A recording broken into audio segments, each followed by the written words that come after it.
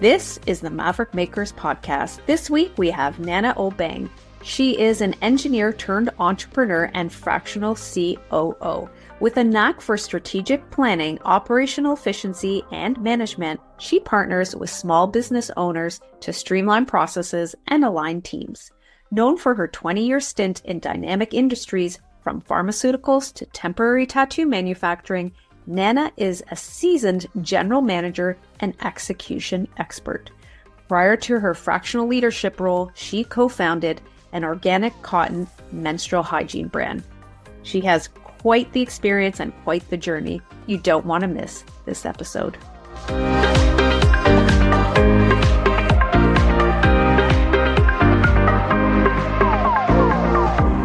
Hi, everyone, and welcome to another episode of the Maverick Makers Podcast. I am thrilled to have Nana Obeng, Fractional COO of Highpoint Consulting, on the show today. Nana, welcome to the show. Thanks for having me, Michelle. I really appreciate it.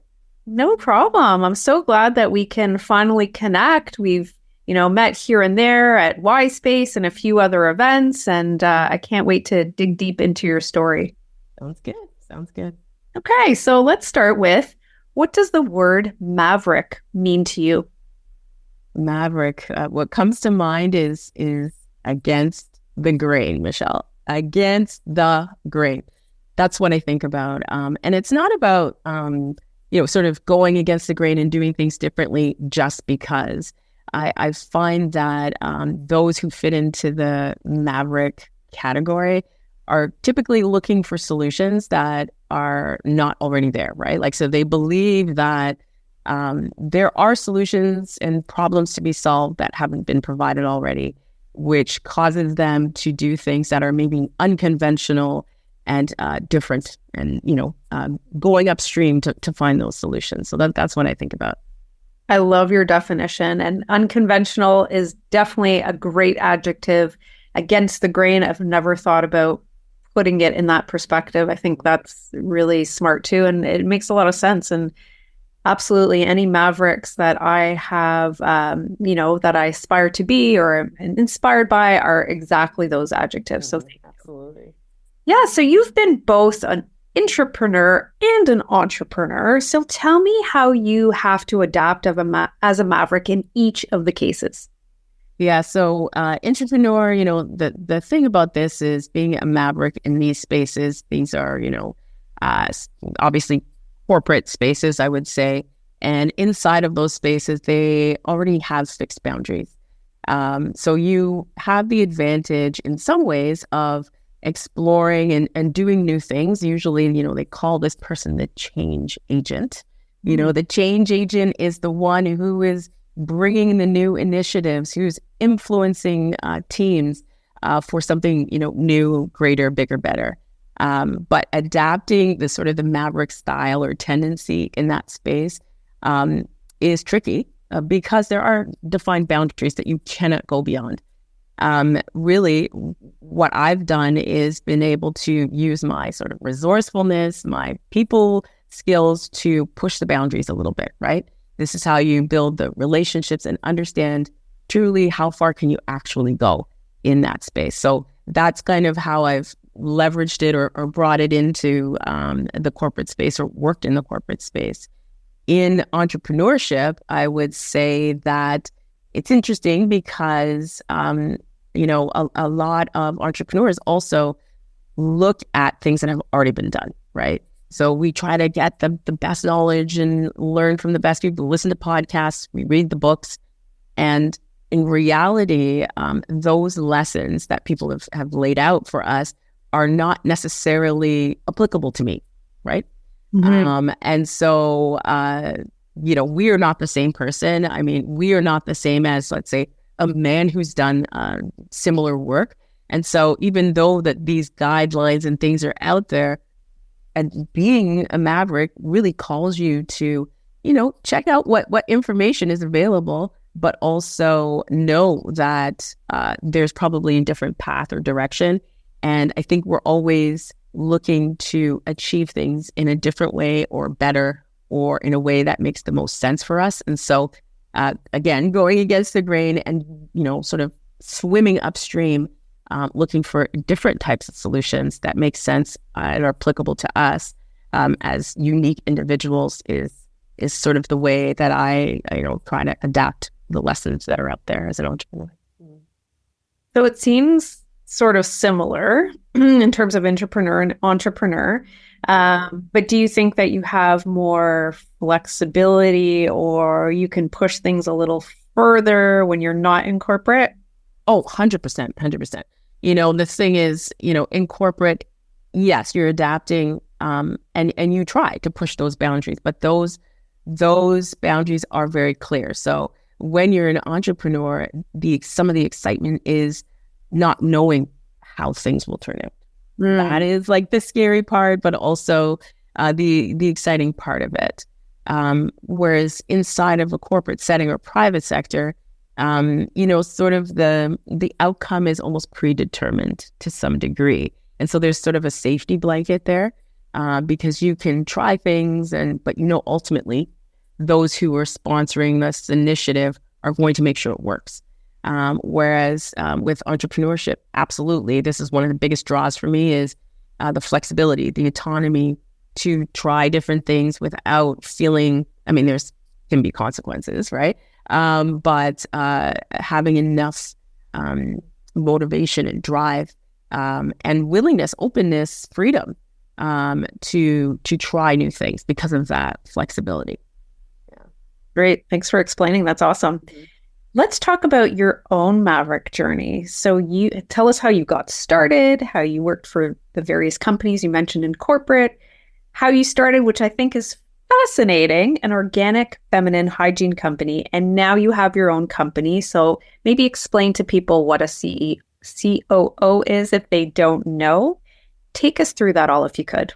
Absolutely. The journey has been interesting. It's been a windy road for sure, but an interesting one and a fun one, which I would say I'm probably still on. So I graduated from the University of Guelph, it's a university here in Ontario, as an engineer. And I worked primarily in the pharmaceutical industry. So I worked sort of boutique consulting firms. I worked for a manufacturer in quality-related things, capital, all of these different avenues. And in that time, I had a tendency to not just do my work, but have this curiosity to understand what other people are doing and wanting to get involved somehow, thinking, well, if I can understand more about the sales and marketing, that's going to help me with my testing for, HVAC systems. No, it's not. But what it did for me was help me to see that I had an intellectual curiosity, a hunger to learn more, know more, and I started really paying attention to that. And so I took that and, decided that from there I would go and do an MBA, which, okay, yeah, you just decided to do an MBA, like, a simple decision. Actually, it was my brother who was, I was thinking about doing a certificate originally.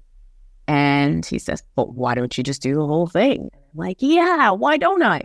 But then as I, started, it was like, whoa, this is quite the undertaking, but definitely was a phenomenal experience. So I graduated with an EMBA, the Executive MBA program through Kellogg Schulich.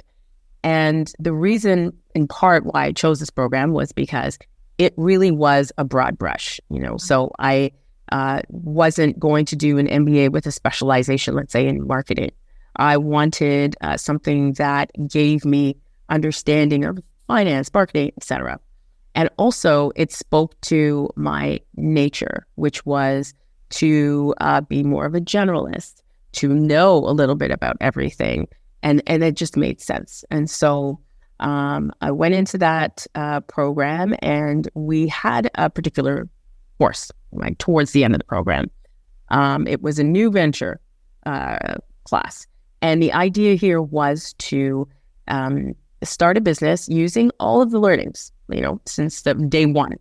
And from there, that is where Ready, which is the organic feminine cotton feminine hygiene brand, was born. And, we came up with this idea. We were really sweating to think of something. And we came up with this idea. We did the pitch, and we decided to bring it from the classroom out into the real world. And so we launched that business pretty much at the height of the pandemic. And, because we were thinking about things like scarcity, things that you kind of learn in academics.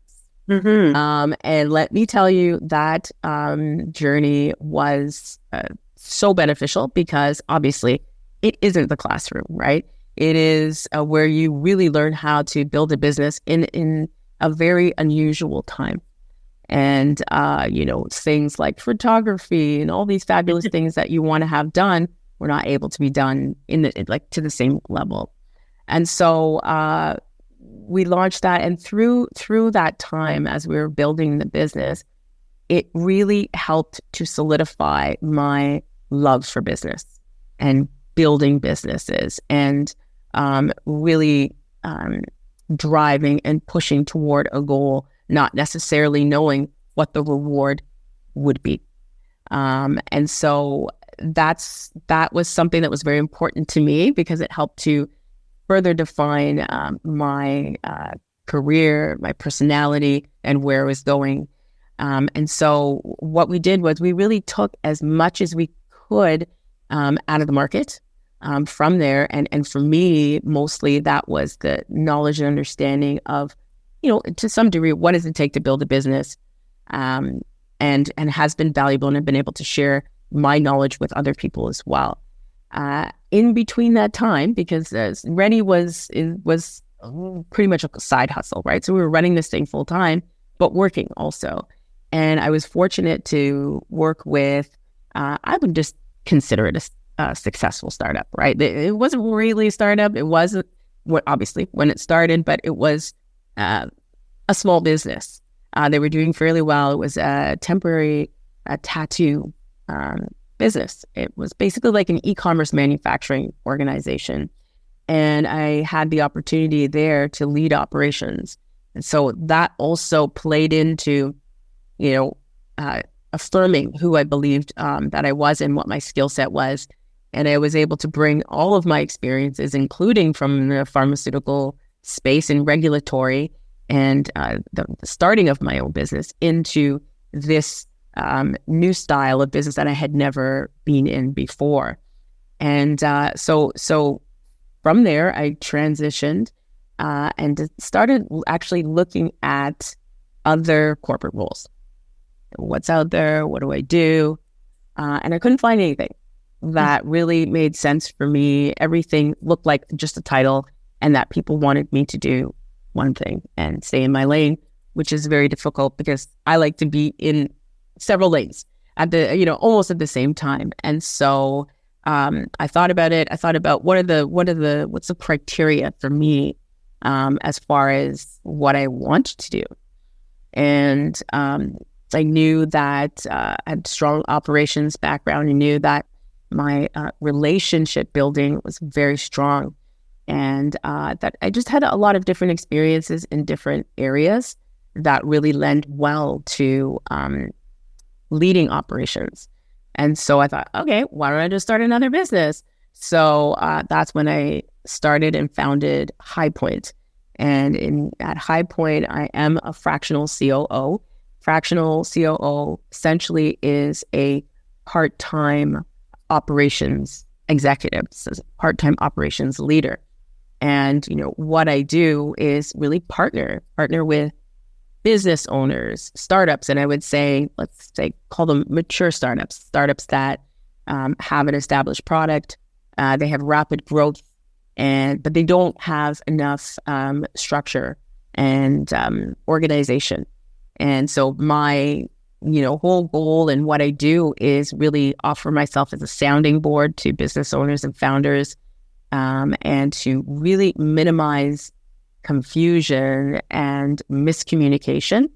And that works with aligning teams and understanding, basically identifying individual capabilities and aligning those capabilities. Of course, you got all of the frameworks, tools, and all the things that are known that are out there. But I know that one of my biggest strengths is really working with people and having them aligned with the objective and the goals that are out there. So that's what I'm doing now. Amazing. Fascinating. And do you work with both product and service-based businesses? I work primarily at this time. I'd love to work with product in the, I would say in my mind, non-traditional sense. I'm working on physical products because that is a large part of my experience, and service-based, of course, as well. Amazing. And you've also done both, so I'm sure you bring in your experience there. So it's fascinating. Thank you for sharing that. What do you think your biggest career highlight has been to date? This is really interesting because in actuality, it's actually starting Highpoint because, for me, starting as an engineer, I would say culturally speaking, even socially, at one point in time, it seemed to be very prestigious to be an engineer. And even for me, the hurdle to say out loud and tell people, hey, you know what, actually, I like working with people, and, getting these strange looks. Like, what do you mean exactly? And really coming to a point where I felt comfortable with who I was and knew that I had more to offer. And, it wasn't really one-dimensional. And seeing other engineers, I would say hardcore engineers, let's say, I would have something to compare and knew I didn't have the same desires. Like there were certain things that, for example, I had a boss who we would go to his place for yearly barbecue. And, we would, I call these soccer mom chairs, these like foldable chairs. And one of the chairs was broken. I bring it to the house. That was the only obligation, to bring the chair. And so it was broken. And my boss was saying, well, Nana, we're engineers and we fix things. And I said, well, and this is, stereotype. So give me a, take it with a grain of salt. I said, well, I'm a woman and I like to buy things and that is who I am. Right? Like I'm thinking, I'm not going to spend all this time, thinking about this chair when it was like $20. And I just knew that what that really was saying about who I was. And so starting this business, it's truly a highlight because what it says is that I've arrived at where I need to be and want to be and where I can actually bring the best value into different organizations, into different businesses. And you want to be your own boss. And you're 100%. And you're making big Maverick moves because you did all this and now this is your own, ideation. And yes, so 100%. You're guiding other people. So you're leading the way, which is fantastic. By the way, I have one of those soccer mom chairs. Yes. Well, they're great. They're great for sure. Yeah. Amazing. All right. What advice would you give to businesses who are looking to scale? I would say that, scaling shouldn't be, sort of a pipe dream of we're going to scale. It's like the cool thing to say, but really understanding what does that mean for your particular business in the time that you're in right now, or in the current time. So what are the processes, the resources in terms of people, skill set that are required to actually get you to scale, right? To deliver your product or service with the same service level, same product quality level. And, it can be, I would say, an uncomfortable time while, businesses are growing, because when you start, you have a certain skill set and know certain things. And when you grow up, there are growing pains. And oftentimes it means, and I'm thinking specifically of human resources, oftentimes it means that you need to introduce individuals with a certain skill set to help you get over the hurdle, right? To help identify the things that you don't know. Because, like they used to say, you don't know what you don't know. And you need this expertise to help you understand, okay, what is the minimal amount of tools and automation, et cetera, that I can get away with for now. And so really mapping out and being practical and realistic, right? Rather than waiting at the last minute and realizing, oh my gosh, understaffed, I have all these demands and it gets quite messy. to me, the best advice I could give, I mean, here's an idea.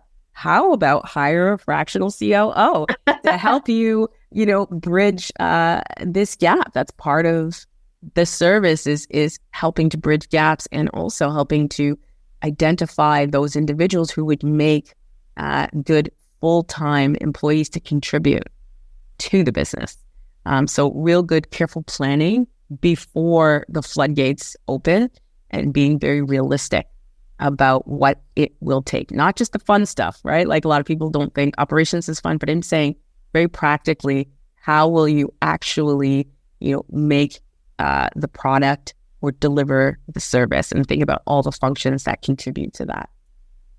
Great advice. And I definitely think you fill a gap with so many people's struggles. Hand up. Okay, good. Excellent. Who has had the greatest impact on your life? It's hard. I find it hard to pick like one thing of anything, I would say this is actually like a group, right? So I would say this is, I guess it's a group. The individuals who have made my career very difficult, that group of people. I wouldn't say yes. I would say that throughout, not always, but in, some parts of my career, I have encountered individuals who were, in some cases, intentional about making life very challenging and difficult. Some cases, maybe unintentional. And the reason why I feel like this has impacted my life was because it really helped me to figure out and confront, these individuals in a way that is obviously professional, in a way that I can still win. So what do I mean by that? It means, you're feeling challenged. You need to stop and ask yourself, okay, like, is there some truth to what the person is saying? Oftentimes I find that people who are the most critical, the most difficult, they actually refine you in ways that other individuals cannot, right? Like when you are feeling struggles or you experience some hardships, you get burnt. Those are the lessons that really stay with you, right? Like it's not necessarily learning from other people's mistakes, which you can as well. But I feel like the ones that we feel the most are the ones that resonate and they carry us through pretty much all of our lives. And so I would say it's those individuals that have been, in and out of my life that have really helped me to even hone my skills on in developing relationships and really understanding the drivers. What's the motivation of this person? What is in order to get to the goal, right? And that to me is a huge impact. And I'll also say she wasn't a difficult person, but I'll say that the journey started with my grade 7 geography teacher, Mrs. Spanitz. It was back in the day where orthotics weren't like that pretty and things like that, but that's what I remember about her. And the reason why I bring her up is because she would never allow you to back down, right? And in my mind, when I was in grade school, I felt like she just gave me a hard time all the time. And I think that she saw that there's potential, there's encouragement. This is where she could encourage to answer the questions, to be thorough, to be thoughtful. And it wasn't until I met the challenge and said, okay, today's the day. I know she's going to call on me and I am going to be there. I'm going to be ready. And, while it was scary and, all these things, I think those are the things that really shape you and impact your life. At least for me, that's been my experience. So, yeah. I've never heard that perspective. I love it. So it's the people that tested you and were grinding you. And those were the people that really made you show up, which I think is fantastic. I would say it's not comfortable. That is for sure. But definitely, that definitely makes you sharper. Yeah. Last question before we hit up the lightning round, which is, what do you think sets you apart from other Mavericks? I think that, of course, there are all the Mavericks out there, but I would say that my life experience is, I would say, probably very different from a lot of individuals in the sense that I think that the experience that I've had allows me to relate to so many different people. And I have, friendships, business partnerships from all over the world. And they bring different perspectives. They share different things that I don't know that, maybe most Mavericks have that opportunity. And, a lot of it starts with the cultural background, the way that my parents raised me. They came from Ghana. They lived in the US. They lived in Europe. They spoke different languages. And that really helped me to see the world differently. And also allows me to engage in some very specific conversations with people. And I see that as a benefit in life, and I see it as a benefit in business for sure, because, even working, whether it's globally or you're working with people with, from different places in Canada, you're able to understand their point of view sometimes. Great. I think culture and travel are some of the best learnings. So yes, Absolutely. The MBA is right here, but I think it's right here too. Absolutely. So important. I agree with you. I really agree with you. Are you ready for the lightning round? Let's go. All right, let's go. Here we go. Early bird or night owl? Oh, early bird for sure. Early bird. Not as early as it used to be, but definitely an early bird. What is your last meal on earth? Oh, pizza every day. What kind of pizza? You know what? I'm kind of boring. Like, I love a good margarita pizza. It's clean. If the sauce is right, like, you don't really need much more. Cheese, sauce, Perfect. Hungry. Yeah. Favorite saying or motto? I don't say it often out loud, but this is where I live. I would say that it's more about, trying not to live a life of regret. Great one. Great one. Yeah. What's the first thing you do in the morning? The first thing I do in the morning is actually, brush my teeth, water, and go to the gym, girl. I gotta get things get things orderly. So yeah, that's what I do.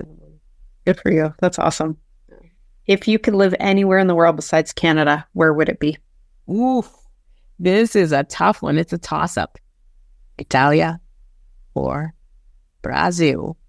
And these are two different reasons, two amazing places, I will tell you. Yeah.